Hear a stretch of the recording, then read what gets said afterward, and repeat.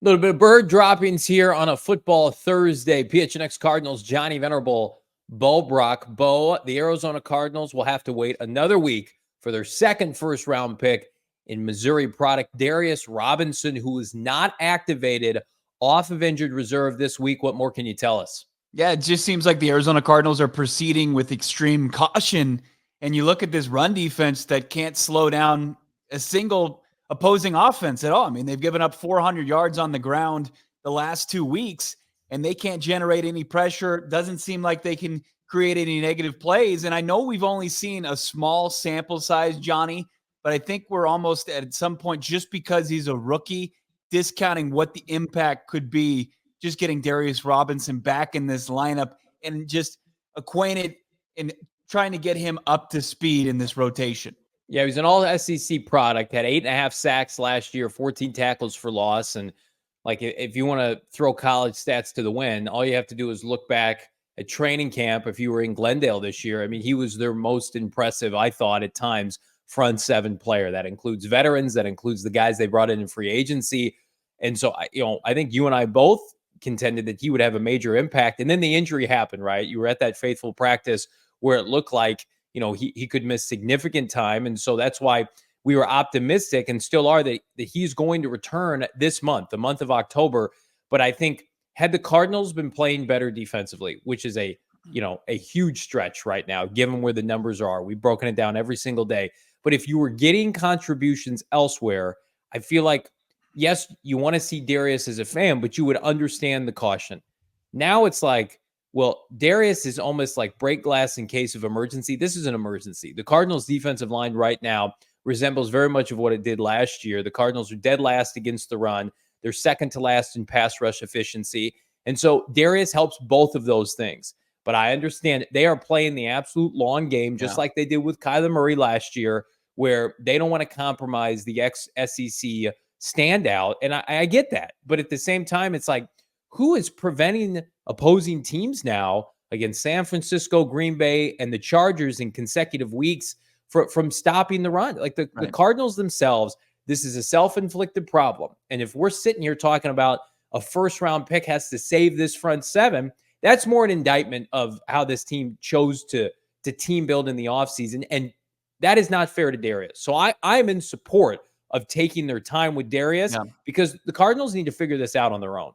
Yeah, it's tough to make like the legitimate case and stand on that side of the aisle. Like, hey, rush the 27th overall 22-year-old, defensive lineman back and put him immediately back in harm's way, especially with such a finicky injury as calves are. It's like, hey, you get one wrong pivot and you're back on the IR this time for the long haul. But, like when I look at this defense and you say, hey, man, it bridging that gap and getting them back to where they're going to create negative plays, it seems like it's impossible no matter who you add. Like you add peak Reggie White to this or peak Aaron Donald, and it's still not going to do it. You're saying the 27th overall pick in an offensive-rich draft, you take on the defensive side, how's he going to make an impact? But, I know like the game against the Saints, it wasn't scrubby scrubs that he was going up against. He was going up against Trevor Penning. He was going up against Cesar Ruiz. And this is what we saw from him. We saw versatility. Yeah. We saw him going 3 technique, 5 technique. We saw him as a versatile gap filler, got some push. He drew penalties. He created negative plays. And I think that would just do wonders for this defense that can't seem to do any of that. Like it's just, it would be incremental, but it would also be just paramount. The type of productivity that I think it could put this defense in a position to where it's like, okay, are they giving up a field goal or a touchdown? Are they going to let a sustained drive, or can they, force a punt after maybe going 7 plays, 8 plays on the field? Like I just think that Darius Robinson has the ability, the potential to help hopefully get this defense back on track to where it's not bottom of the league. Yeah, I don't think it's a hyperbole to say like he can have a Marv kind of impact on his side of the ball because of the talent deficiencies that the Cardinals have. And I think he helps everybody. He makes Dante Stills better. He makes Zaven Collins better. And the Cardinals desperately need that. And to their credit, like they wanted Darius. They understood the need. But now you're sitting here in October, and it's unfortunate because you're not going to have him against, the top rushing team in the NFL on Sunday against San Francisco. You're going to have to figure it out on its own. So I think the most important aspect right now, on top of trying to win games, is come December and January, you want all these young players to be playing, the arrow to be pointing up. You don't want anything compromised. You already have a complete unknown lottery ticket with the future of B.J. Ojulari, right? He missed some time last year as a rookie, kind of up and down, a little bit inconsistent, and then this year, the torn ACL. You cannot have back-to-back front seven impact SEC players come into your organization and provide minimal to no impact through injuries or whatever. You have to proceed with caution, because the Cardinals are not the Philadelphia Eagles. They don't have a bevy of defensive linemen to continue to churn through. They have a non-surplus, so to speak. If the cupboard's not bare, I mean, you got like 2 cans of tomato soup. That's all you got, right? It's the worst position unit on the team, and we've talked about it. One of the worst in terms of talent position units in the NFL. Doesn't mean it can't get better, but it starts with Darius Robinson getting healthy.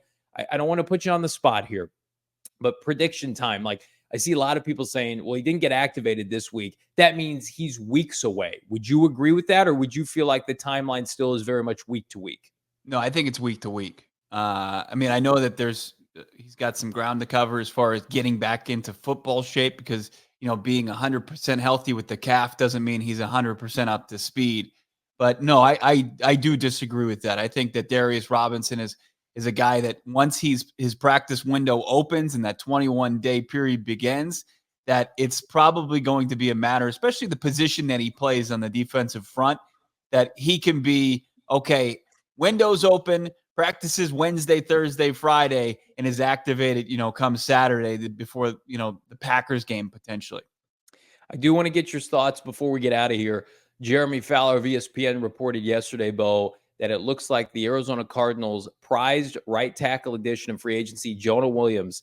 His future this season is up in the air. He's got a knee. We know that. We haven't seen him since the opener against Buffalo. He has not had surgery, but according to Fowler, among others, it is a November return possible, but nothing is guaranteed. Do you think that expedites the Cardinals' pursuit? Obviously, big Kelvin Beachum, he's doing an admirable job, but you saw the deficiencies specifically last week against the Commanders.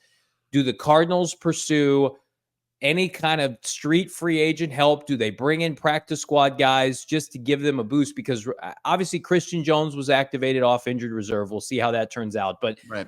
I mean, we're talking about Jonah Williams now, their prize right tackle addition in free agency. I'm just going to chalk it up as I would not expect him back at this point. Yeah, I mean, you got to win some football games between now and November to justify bringing him back and risking further injury and avoiding making it worth avoiding surgery, which is great. Like that's overall a win just for Jonah Williams, that he's not going to have surgery and do the full rehab on that knee. But no, I mean, like Christian Jones, I talked to him, man. He's a super incredible guy. Yeah. But still has a long way to go as far as, development, especially if he's going to be the swing, right? If he's going to be the heir apparent, the successor to Kelvin Beachum, like he's going to have to be ambidextrous. He's going to have to be able to play left and right tackle with no problem, with ease. And I think he's a long way from doing that. But, can he be somebody that, like, if things continue to go south, come November, you make the decision, hey, we're going to pivot off of trying to get Jonah Williams back, and then we're just going to try to develop this guy, see if he can be a piece going forward or close to being a piece, instead of just putting poor grandpa out there and Kelvin Beachum and him struggling his way through the rest of the season. I think that's a great point. I think if this team is in a position where you're trying to look ahead to 2025, and I hope to the football gods that's not the case, like get Christian Jones out there in November next to Tip Ryman, give him some easy pass blocking schemes to help develop him and see if he's a realistic option. This free agency period for the Cardinals, I know we talk about it ad nauseum, not only the players that they didn't sign, but the players that they did sign.